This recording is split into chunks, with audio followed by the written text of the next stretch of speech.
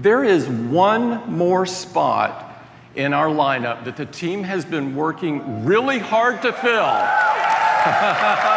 Yes, and I am so excited and thrilled to show it to you now. And no, they are not gonna show it to you because the launch of the Apple Silicon Mac Pro has been delayed again. And it seems like this machine is turning into a failure. And I'm saying that from somebody who has loved the Mac Pro, both the 2019 model along with the trash can Mac Pro, which was actually the first ever Mac that I bought and used. Now, we have been talking about the launch of the Apple Silicon Mac Pro for a while now because it is the last Intel-based Mac that has not been upgraded. And unfortunately, as time goes on, it has been delayed and gotten worse and worse. When Apple announced their amazing new processors at WWDC in 2020,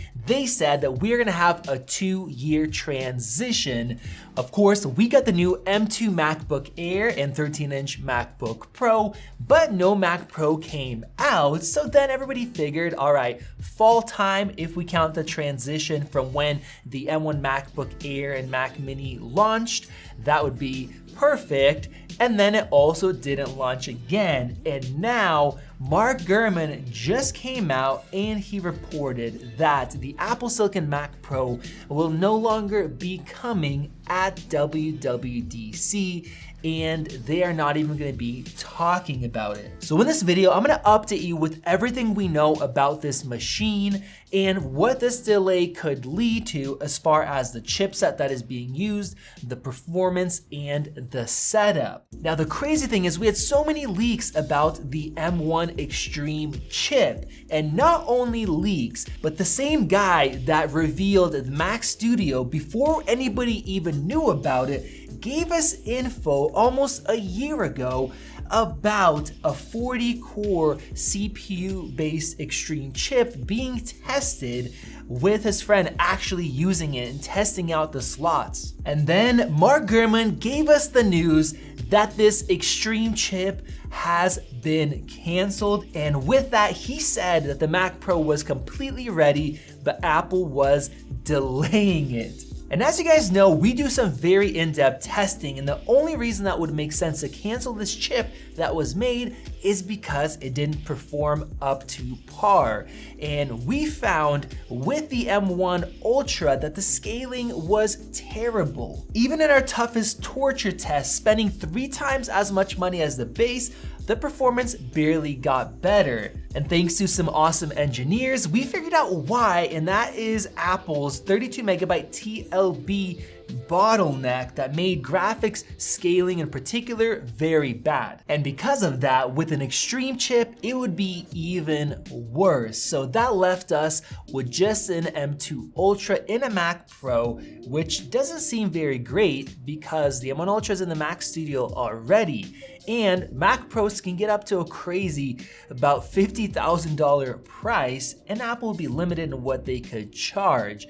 Now, along with that, we got more bad news. The first one is that the Mac Pro would lack expandable RAM altogether. And that was really weird because last year, Majin Buu showed off this memory controller that is designed for the Mac Pro to allow for external memory. It's called Daisy XL, and it can allow for up to 1 terabyte to be used in conjunction with a unified memory that is built onto a chip. And the only reason to cancel that would be if performance just was not good enough. And then after that, Mark Gurman came out and said that the Mac Pro may lack user upgradable graphics, which has been a staple with the professional Macs, being able to put in more graphics units, be able to get better performance.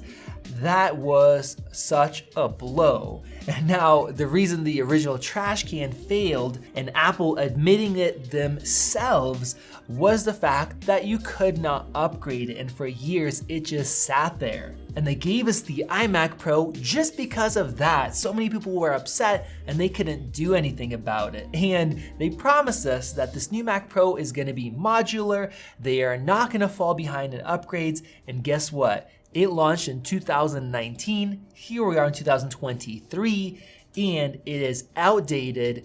Nothing has changed. They gave us a couple graphics cards a year after AMD announced them, and it's another device that is just sitting there and not doing a good job. And now with this news that it is not going to be released again, well, that just pushes that back even further.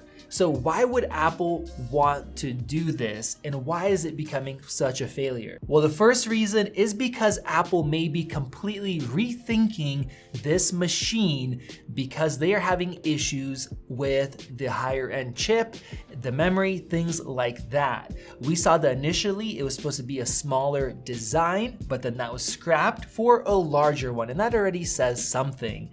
And then recently we had a leak that we have a new code that is referencing compute modules which could be used in the Mac Pro. And the interesting thing is these compute modules are listed as 13-1 and 13-3, which is a typical naming scheme that Apple uses for their Macs. Now, we've talked about this in the past, but the idea is, just like Jeff Benjamin pointed out, that we can have a module that has the CPU, the GPU, and the memory on it, and you can actually swap them out and keep the rest of the computer. Now, a lot of the cost comes from that massive case, which now they are keeping. You have the power supply, you have your storage, you have your fans, all the Thunderbolt ports that are there.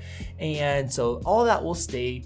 You pop a new card in, and then you can easily upgrade it, and then it'll make it a lot easier for Apple, instead of getting stuck not upgrading for a long time, to be able to offer these once every cycle, say a year and a half.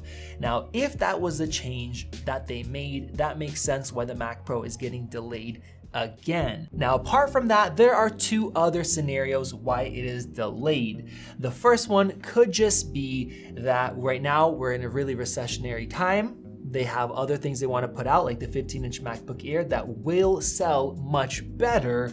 And because other things got delayed, they want to push this back, and whatever plans were in place with the M2 Ultra, they are going to keep that. But the third option is that they maybe are waiting for the M3 series of chips to put in here. Now, those chips are going to be much better than the M2, which we've called a stopgap numerous times. We know that the M3 chips are going to be coming out in the fall, and Mark Gurman says that the Mac Pro could now be announced in the fall. TSMC, the fabricator of these chips, just put out in their earnings that in the fall Q3, they're gonna make a lot of money from their N3 process, which is 3nm for the chips. So the previous issue I mentioned where the scaling was not good, with this whole new architecture, that is gonna be much better. And if they decide to give us a big, powerful chip and a powerful standard computer, well, that's gonna work a lot better with that chipset. And personally, what I've believed is that the people that are buying the base chip, they don't care about performance as much. If they're buying a MacBook Air, even the M1 is good enough. So if they want to create a computer which is super powerful, that is where you need 3nm to have better scaling and performance, and the pros actually care about it, and then the volume's lower as well, so it's easier to make. So while it does suck to have to wait even longer for the machine, and Apple had to break their promised 2-year transition point, I think if that's going to be the case, it's going to be a lot better of a result than them cutting back the powerful processors, getting rid of a lot of features that we cared about, and giving us pretty much a Mac Studio, but in a bigger case. You guys let me know your thoughts. Click that circle above to subscribe. Check out one of those videos right over there, and I'll see you in the next one.